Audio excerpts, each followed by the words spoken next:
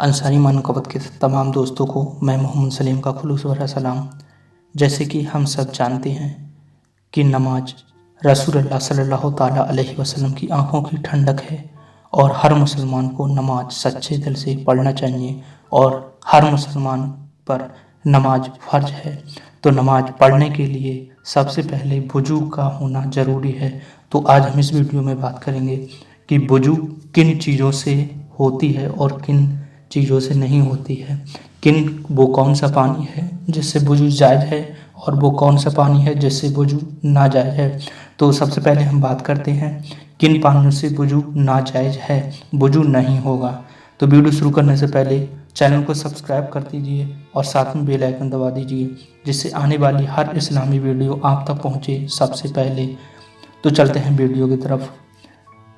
وہ چیز پھلوں اور پیڑوں کو نچوڑا ہوا پانی، یا وہ پانی جس میں کوئی پاک چیز مل گئی اور پانی کا نام بدل گیا، جیسے پانی میں شکر ملا گئی اور وہ شربت کہلانے لگا، یا پانی میں چند مسالے مل گئے اور وہ شوربہ کہلانے لگا، یا بڑے حوض یا تالاب میں کوئی ناپاک چیز اس قدر زیادہ پڑ گئی کہ پانی کا رنگ یا بو یا مزہ بدل گیا، یا چھوٹے حوض یا بالٹی یا گھڑے میں کوئی ناپاک چیز پڑ گئی، یا کوئی ایسا جانور گر کر مر گیا جس کے بدن میں بہتا ہوا خون ہوتا ہے، اگرچہ پانی کا رنگ یا بو یا مزہ نہ بدلا ہو، یا وہ پانی جو وضو یا غسل کا دھون ہو، ان سب پانیوں سے وضو اور غسل کرنا ناجائز ہے۔ پانی میں اگر کوئی ایسا جانور گر کر مر گیا ہو جس کے بدن میں بہتا ہوا خون نہیں ہوتا ہو، جیسے مکھی، مچھر، بھیڑ، شہد کی مکھی، بچھو، برساتی کیڑے مکوڑے، تو ان جانوروں کے مرنے سے پانی ناپاک نہیں ہوتا اور اس پانی سے وضو اور غسل کرنا جائز ہے۔ اگر پانی میں تھوڑا صابن مل گیا جس سے پانی کا رنگ بدل گیا تو اس پانی سے وضو اور غسل جائز ہے، لیکن اگر اس قدر زیادہ صابن پانی میں گھل دیا کہ پانی ستی کی طرح گاڑھا ہو گیا تو اس پانی سے وضو اور غسل جائز نہیں۔ جو جانور پانی ہی میں پیدا ہوتے ہیں اور پانی ہی میں زندگی بسر کرتے ہیں، جیسے مچھلیاں اور پانی کے میںڈک وغیرہ، ان کے پانی میں مر جانے سے پانی ناپاک نہیں ہوتا بلکہ اس سے وضو اور غسل جائز ہے۔ 10 ہاتھ لمبا 10 ہاتھ چوڑا جو حوض ہو اسے دہ در دہ اور بڑا حوض کہتے ہیں۔ یوں ہی 20 ہاتھ لمبا 5 ہاتھ چوڑا، کل لمبائی چوڑائی 100 ہاتھ ہو، اور اگر گول ہو تو اس کی گولائی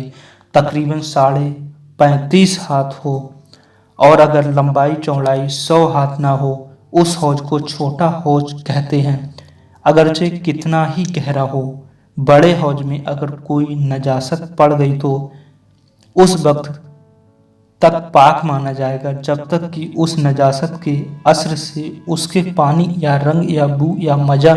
نہ بدل جائے، اور چھوٹا حوض ایک قطرہ نجاست پڑ جانے سے بھی ناپاک ہو جائے گا۔ جو پانی وضو یا غسل کرنے میں بدن سے گرا وہ پاک ہے، مگر اس سے وضو اور غسل جائز نہیں۔ یوں ہی وضو میں اگر بے وضو شخص کا ہاتھ یا انگلی یا پورا ناخن یا بدن کا کوئی ٹکڑا جو وضو میں دھویا جاتا ہو، بقصد یا بلا قصد دہ در کر کم پانی میں بے دھوئے پڑ جائے تو وہ پانی وضو اور غسل کے لائق نہ رہا۔ اسی طرح جس شخص پر نہانا فرض ہے اور غسل کے کام کا نہ رہا، اگر دھلا ہوا ہاتھ یا بدن کا کوئی حصہ پانی میں پڑ جائے تو کوئی حرج نہیں۔ اگر ہاتھ دھلا ہوا ہے مگر پھر دھونے کی نیت سے پانی میں ہاتھ ڈالا اور یہ دھونا ثواب کا کام ہو، جیسے کھانے کے لیے یا وضو کے لیے، تو وہ پانی استعمال کیا ہوا ہو گیا، یعنی وضو کے کام کا نہ رہا اور اس کا پانی بھی مکروہ ہے۔ اس مسئلے کا خاص طور پر دھیان رکھنا چاہیے۔ عوام تو عوام، بعض شخص بھی اس مسئلے سے غافل ہیں۔